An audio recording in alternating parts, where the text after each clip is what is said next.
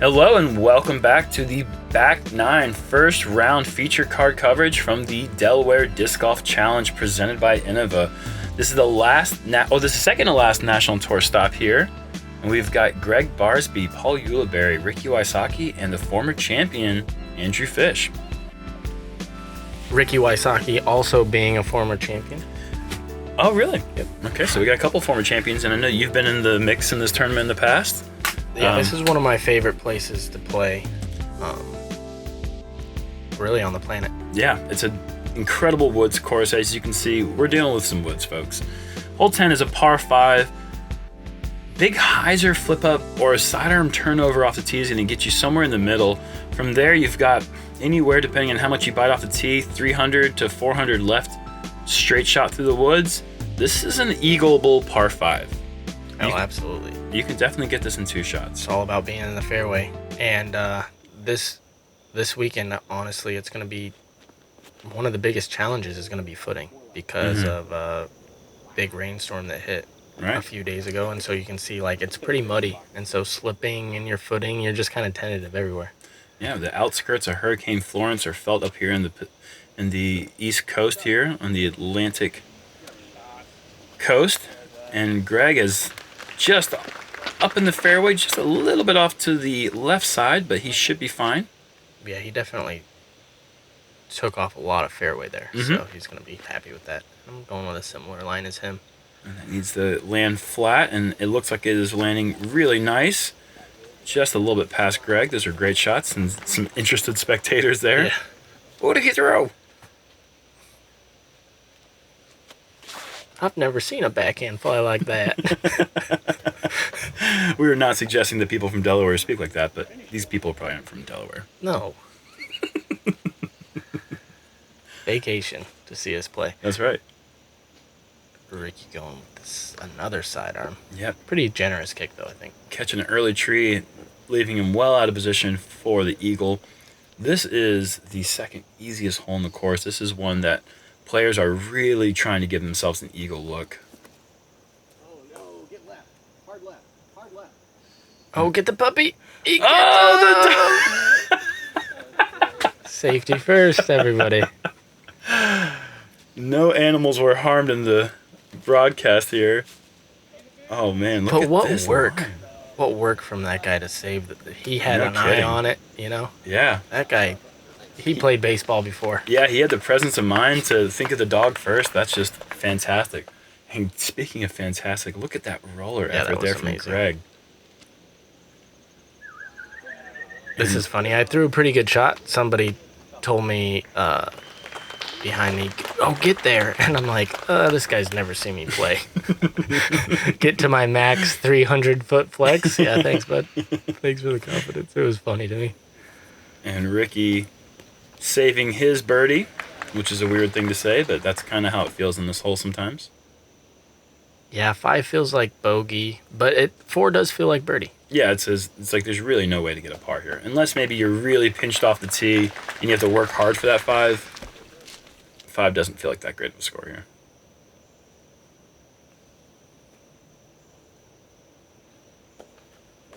And we're outside 42 feet, so Paul has decided to lay up. And here's Gregg at 98 feet, just running it, like always. Oh, man. Perfect height, just off to the right side. That's such a fun skill to have, man. The game would be so different if you could just trust that you could run all those shots and it would always be close after you missed. Yeah. Or made it. It'd be really close if you made it. I'm afraid of throwing it sideways. Me too. We're being honest here. And we got a 3rd star frame of the round so far for our feature group. Birdies across the board, and Ulibarri and Fish moved to 6 under through 10 holes. It's a good start.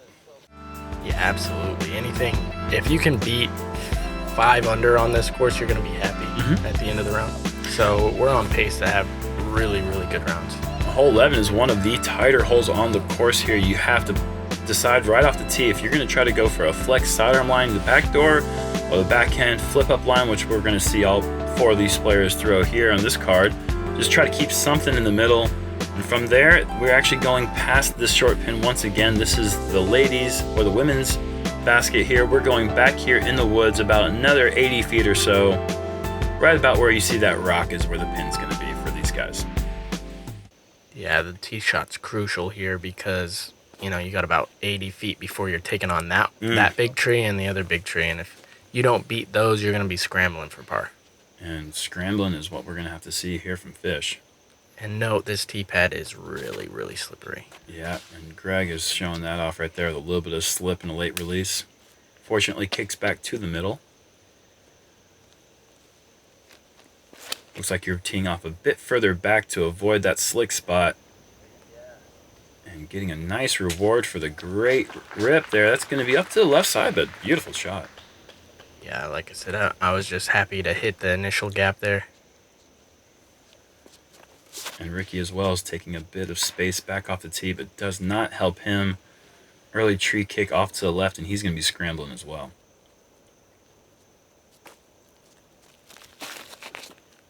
Gregg, I'm just going to throw a roller on every single opportunity I can. I would too if you could get results like this. Look at this. Unbelievable. Yeah. We made it to about 100 feet there. That's incredible. Yeah, just to get par from there is insane. And look at this kick, though. Wow. And he's going to have putt for birdie. And he hit first available. That is unreal. That's why I'm so surprised to see Ricky not go sidearm off the tee more often, because he throws shots like that. Fish just doing what Fish does. He's so smart, too. He just kind of lays it out. Yeah, that's what normal people do, is throw like a good approach. They don't just go all aggro on it and just like, try to throw roller through a 3-foot gap. That's an honest man's play there from Andrew Fish. Playing great safety layup, great approach shot to take his par. And that is how you do it right there. Opening up the fairway, huge for the approach, being off to the left side. Gregg from 93 feet. Are you kidding me? That's your 2018 world champion right there. We've just been setting this up for the last 10 holes, and he finally gets a throw in. Look at this guy. He's having so much fun. He's having so much fun. And that's why you don't lay up. Oh, you know, that's why. Never lay up, folks. Ever. If you're listening to this broadcast and you've ever thought about laying up, never do it again. You can throw 500-foot roller and then bang a 93-footer. Easy peasy.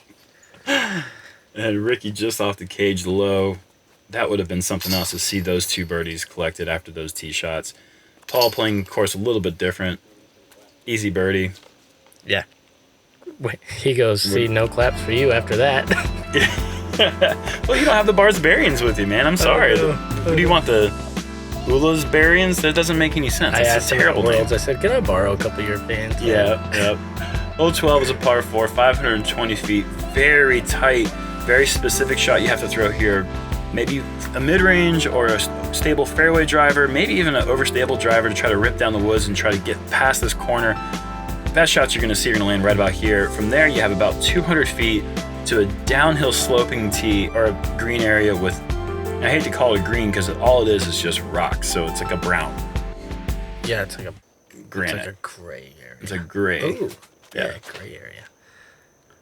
And Gregg going with a high, oh man, wow. After he threw this shot, he looked back at the tee, he said, I don't know why, but I just felt like Ken Climo. And then he caught the iron leaf down there at the end of the fairway. And look at this play here. Okay, that's an inspiration because this is one of the few holes. I throw two backhands on this course, and one of them is on this hole. Really? So maybe not today. I like that play, though. Just keeping one straight. You don't necessarily need a ton of distance. You just need to be in that landing zone where you can see the pin. And Andrew's throwing a fish fillet right down the middle. Really nice shot. He's had so much control. Can't say it enough. It's amazing playing this course because you can really see the people's entire game, you know? Like, to be able to throw straight shots, sidearms, scramble shots, and then to see somebody like Fish who just kind of plays disc golf the way this course is meant to be played. Mm-hmm. And Ricky right there showing off just perfection there.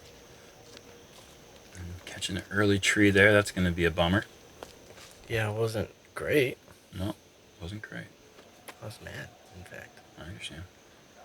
Gregg trying to throw this one in somehow. And that's going to be inside the circle there with his DX Rhino. He's out of control. Yeah, I understand.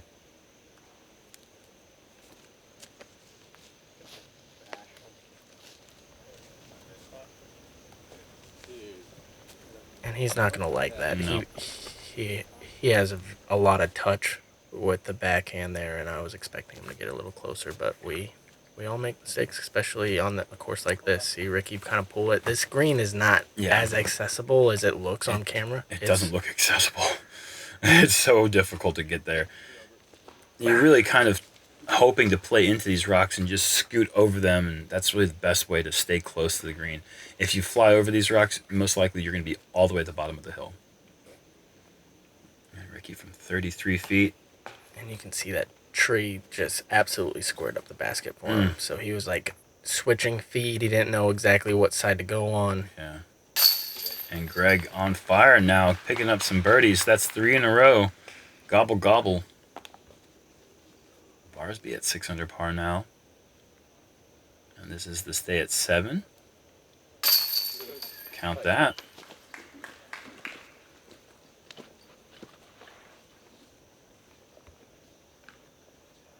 Fish doing a little ballerina play here. Good balance. It's saving his par.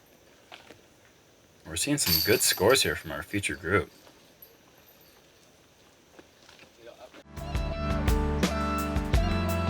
Hole 13, par 3. This is the third of the 4 par 3s in the course. Downhill, super tight, 360 feet. Most players are going to throw an overstable mid-range, maybe a fairway driver to just kind of hit the gap with some finesse. You can even see an overstable putter being thrown with a little bit of hyzer. Just want to get down here and hyzer off to the left side, somehow miss these guardian trees, and you got yourself a birdie look. Right, I feel like the play here is to hit this initial gap, which Gregg has done, and then I wouldn't say it's lucky because you can put it on the correct line, but it's kind of lucky to get down there and then kind of penetrate all the way to the pin. Like, he's really happy with that result. Sure. That's just inside the circle, I believe. Or close to. Yeah, probably just. And Yeah. a similar shot as him. Oh, yeah. And that looks, I think I see a little bit of white paint there. I think you just scooted over that 10-meter circle. Mm-hmm.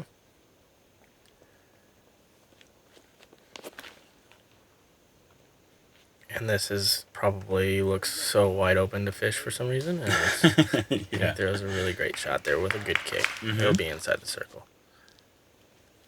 Looks like most of you guys are actually going with drivers of different speeds here. Whatever you're comfortable with hitting gaps in the woods is what you should go with. Really depend. It doesn't even matter how far the hole is. If you just feel like you can hit a line with that disc at that speed, then that's the one you should go with. And Ricky fighting all the way down there near the circle's edge. Pretty impressive kick there. It was tough to see from the tee, but Ricky actually threw probably the better line of all of us and then hit the middle tree and kicked to the right. So you could tell he really wanted that one. Yeah, beautiful putt there.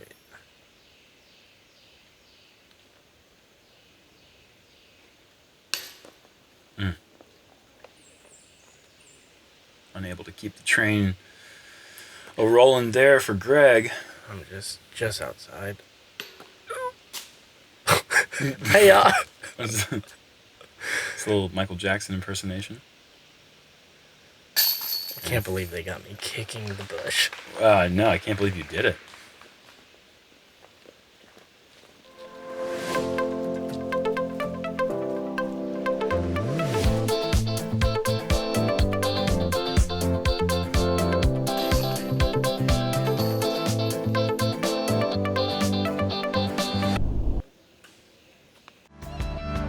Hole 14 is a 370-foot tight par 3, straight up the gut here all the way. This is the only par 3 that you can see from the tee pad. We are not going to the short pin here. This is the pin that the ladies men/women will be playing, the FPO division, I should just say. We're going about another 70 feet up here, just slightly off to the left side. Best play is going to be just your straightest fairway driver. Right, this hole definitely keeps you honest. It's one that you want, but there's nothing in the middle of the fairway. Wow. It's accessible all the way there if you can just keep your disc straight. Oh man, and that was looking so good. It is a good shot, but he's going to have about 50 feet left for his birdie. Ricky with a similar line, he's just got to beat that one. Oh, wow. Well, still around circle's edge. I think that's the other circle. Oh, perhaps, yeah. Okay, so maybe 50, 60 feet. Which is his circle's edge. Right, that's everyone else's layup zone.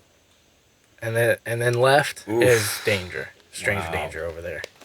A really far kick off to the left there for Barsby. Yeah, that's no man's land. What was it? Somebody the other day told me it's walkie-talkie disc golf. Ring it. Well, wow, look at this shot. Playing the backstop with the tree on the green there. Showing very little control. I'm just kidding. I was trying to ring it up. Oh, that was a beautiful shot. Walkie-talkie disc golf from Barsby here. I don't get it. I just don't understand. Because you're so far away from the rest of the group. Oh my, yeah, okay, I get it now. Yeah. So Ricky at 45, it says I'm gonna give him 50, and he's gonna give himself about 12 for his par. Fish. Oh, he thought he had it. Very quick player, Andrew Fish. He steps up, he's ready to go. And Paul's keeping that inside the circle percentage high. Outside the circle, who knows what's going to happen. Inside the circle, count it. No, we know what's going to happen outside the circle. But it's fine. I'm fine with making everything in the circle. Yeah, I'm sure. I would be too. But it'd be nice, just to, Every once in a while, mix it up. accidentally. Lay one up into the basket. Yeah. And Gregg was able to save his walkie-talkie par. Walkie-talkie golf. He's over there just saying, man, you should have seen what it looked like over there. And only one birdie on the card, moving on to hole 15. An eagleable par 4, 440 feet. There's two options. There's a left route, which is a safer sidearm play, but then there's this straight gap here that the drone is flying. A lot of trees in the middle, but if you somehow manage to hit a flip-up line or a sidearm turnover line down this left side, you could get up there in the circle. It's been eagled before. There's also a right line down the road that people take as well. Really? This is my first time at Iron Hill. I have never seen that one, but I'll take your word for it. I'll do you one better. Okay. How about I show you? No. I slipped. So I'll show you tomorrow. Wow. Okay, I'd like to see that tomorrow. And does that get all the way back to the fairway? I did. Do you get a fairway hit for that garbage? They're gonna count that as a fairway hit. Udisc stats are gonna be lying about how you got there. That right there is an honest fairway hit there for Fish. Okay. And Ricky decides to go with I didn't even think about this. This is a whole new world, like Aladdin. So our thought process is there's really nothing in the way, and you can get to pin high, and then it's about 80 feet. Just through the woods. Just through the woods. Yeah. And Gregg throwing Ricky, a really nice shot there. That's awesome. Another And honest man's fairway shot. Ricky's scramble game, I'm pretty sure he can get up and down from anywhere inside 80 feet. Yeah. Interesting. Okay. And that's the PA1 of wonders. I'm going to call it the PA Wonder. What do you think about that? I just cried a little. And Andrew Fish hitting the lock. Yeah, I know. It's a good name. Thank you. And Barsby thinking about ringing this one up, I'm sure, with a Rhino. Actually, might have just been trying to lay it up. Me and Ricky are just laughing at him for not running it. No, I'm just kidding. It looks like we did not see Ricky's approach because he was walkie-talking off to the right side. But we're going to have 3 or 4 super simple birdies here on hole 15.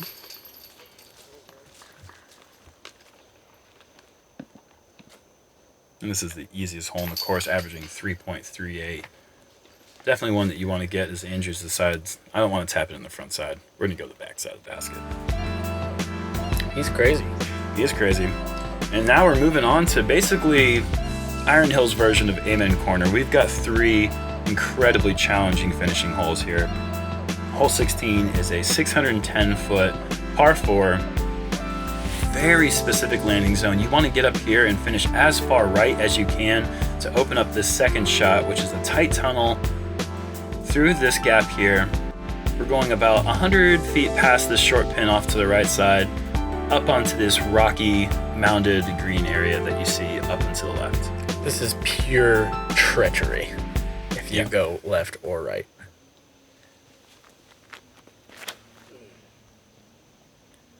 And this is heading a bit left. This needs to get a good kick or just go super far.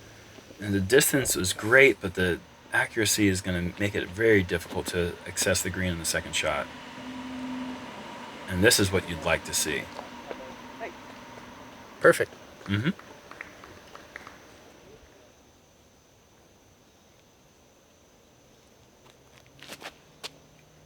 And Gregg, that needs to miss that. Yes. And if this can get a big skip, that's going to put you right where you want to be. That's just a really good shot. Mm-hmm. Probably going to have to go with a forehand anhyzer or a hyzer flip backhand approach from there, but still really good. This is how you beat it down the fairway. This is the best drive you will ever see on this hole. I'd put $100 on it. Wow. I'll take the bet. No, I don't want to take. No, I just keep making these stupid bets, and I'm going to lose all my money. Stop making bets, Jeremy. What a shot there from Andrew. What a great shot. And yeah, there's the forehand anhyzer that needs to get a little bit flexed. Nope. Early tree is going to be a par for Gregg, most likely, unless he tries to activate Barsby mode and throw it in.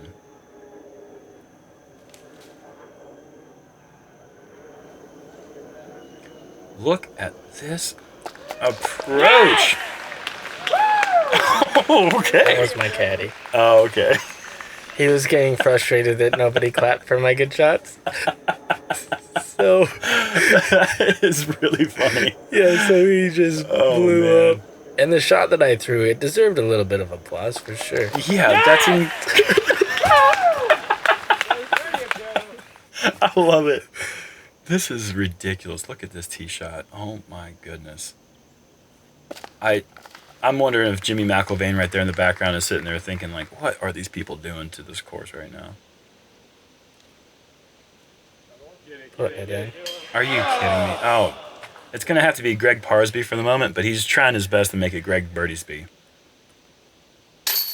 And there's a birdie. Can I get a little shout out there for that disc or no? Yeah, that's a Jeremy Koling. That thing has got like 7 aces on it. That's a good flying frisbee there. Yeah. And look at these birdies. And Gregg tries to join the club.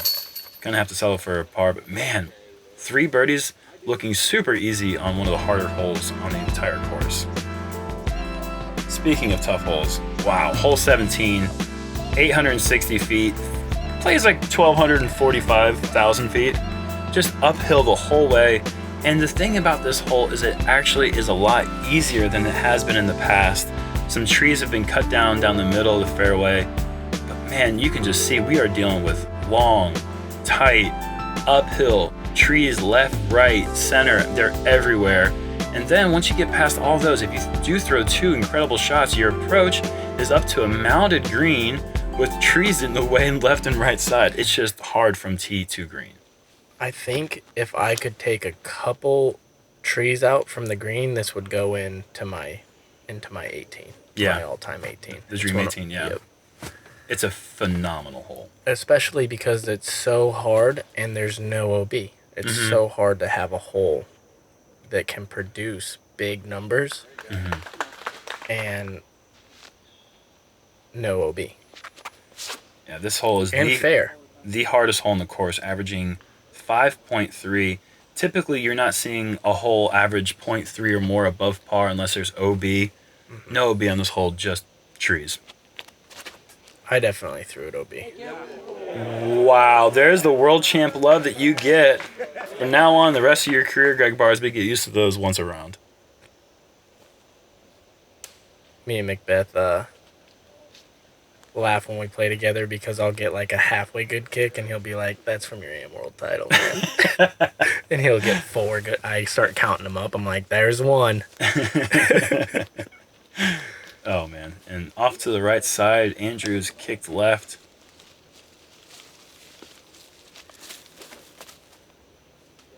And Rick's going a little crazy on us, but that's just insane. Wow. What a second shot for Ricky. Yeah, that was a 4 to 3 foot wide. Unreal. With a tight run up. Like, it's just crazy good.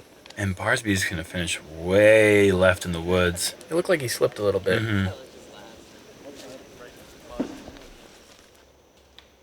My favorite shot, the sidearm standstill turnover. 180 feet. If I do 6 of these, I'll get there. That's actually like my favorite shot. So I don't know. You sound like you're being sarcastic there. I love that shot. I would rather not have to throw it all the time on this hole. Even though the kick was early, Fish managed to swim his way well up the fairway. I'm 30 now, man. I can't be just throwing all these sidearms all the time. Well, you're still throwing all the time. I know, but I can't be. Well, prove me that. I hope I that's can not get what you that wanna up do. and down for a bogey. That's going to be that was your 5th shot? Mm-hmm. Or that was your 4th shot? Yep. Okay. And look at this backdoor access here for Gregg. Are you kidding me? He is just finding lanes where they don't exist for other players right now. Yeah, that was great. Wow. Almost a tap in for birdie on this hole is just almost feels like eagle. Especially back when there was all those trees there, birdie felt like eagle. And now it really does feel like birdie, but it feels like a super birdie. And Ricky playing the turnover into the green, which is what you have to do because of that huge oak there, right there on the front side of the green. And like you said, just playing a layup there to secure your bogey. It's going to drop you from double digits to 9 under, just quietly putting together a solid first round. it's because nobody clapped. Yeah, I don't care. Nobody knows. Nobody even knows I'm good. Yeah. If people are listening to me giving Paul such a hard time, like, you guys have to know that Paul's my best friend. So, like, this is like a normal day for us, but there's nothing but love here in this booth. Yep. Moving on to hole 18, Ricky's on a tear right now with a turkey coming into the final hole. Hole 18, man, like we said, these last 3 holes, so difficult. Par 4, 630 feet. You have to throw a drive that goes straight and misses this one tree in the middle here. And then from there, the 300-foot marker is right there on the ground right now. Then you have a bunch of trees to deal with. Pack a lunch from there. It doesn't get simple. Once you throw a perfect shot, that just gives you an outside chance at throwing a great second shot to get up here and a long look at a birdie. Pin is going to be just past these rocks here by about 25 feet. Beautiful finishing hole, though. That green looks great. Here's Ricky. He needs to get Annie skip. Yeah, you know he's going to get it. Look at this drive. And he's finishing his round right now. On fire. Well. Yeah, this is how if he could have started this way, this could have been a special round. And still 7 under with a chance now to go at 8 under that's an awesome round. And we are finishing on the top 2 hardest holes in the course. That's never a good feeling. When you're playing well and you know that the hardest 2 holes are the last 2, it keeps you honest the whole way. Oh, hold on. Okay.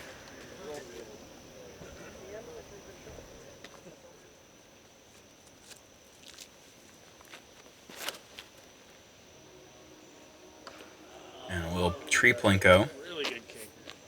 Fortunate kick, though. If that goes right, that's bogey for sure. Gregg with a really great approach here.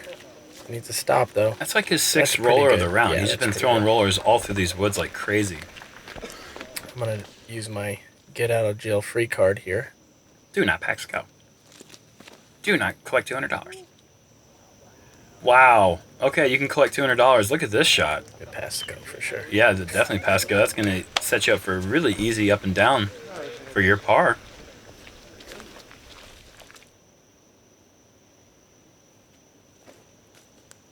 And Fish having to go with a flick roller. Man, that just shows you. Look at that beautiful drive he threw. And he's got to go with flick roller. And look at Ricky's got to do a step out sidearm. You can't throw these drives better. Wow. And Ricky is up there by the rocks. That is an awesome place to be in 2 shots. It's going to leave him right around circle's edge, but man, you really can't do much better than that. Unless, of course, you're Drew Gibson, who Parked it. I don't know how he did this, but he got a 2 on this hole. Yeah, no, he told me that he threw a really good tee shot and then threw a sidearm in. Okay. Flex sidearm, so. He took a 7 on hole 17 and a 2 on this hole to come out at par for the 2 holes. That's one way to do it. And Fish with the approach there inside the green.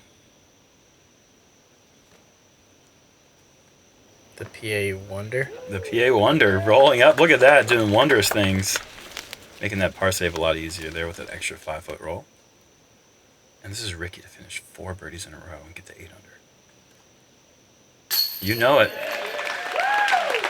Didn't have his best stuff all around and still managed to come out with a hot finish there. Good opening round, 8 down.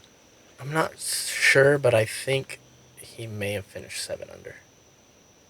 No? Ooh, 8 under.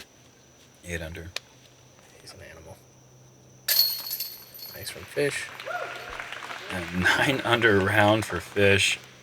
It's going to be a 9 under round for Ulibarri. I think Barsby may have finished at 7 under. Oh, yeah, there you go. There's a bogey there for Gregg. But wow, what a great round there for our featured card here is the world champion Gregg Barsby finishes at 7 under. Paul and Andrew at 9 under, and Ricky battling back to go to 8 under. Macbeth, hot start at 11 under. Wow.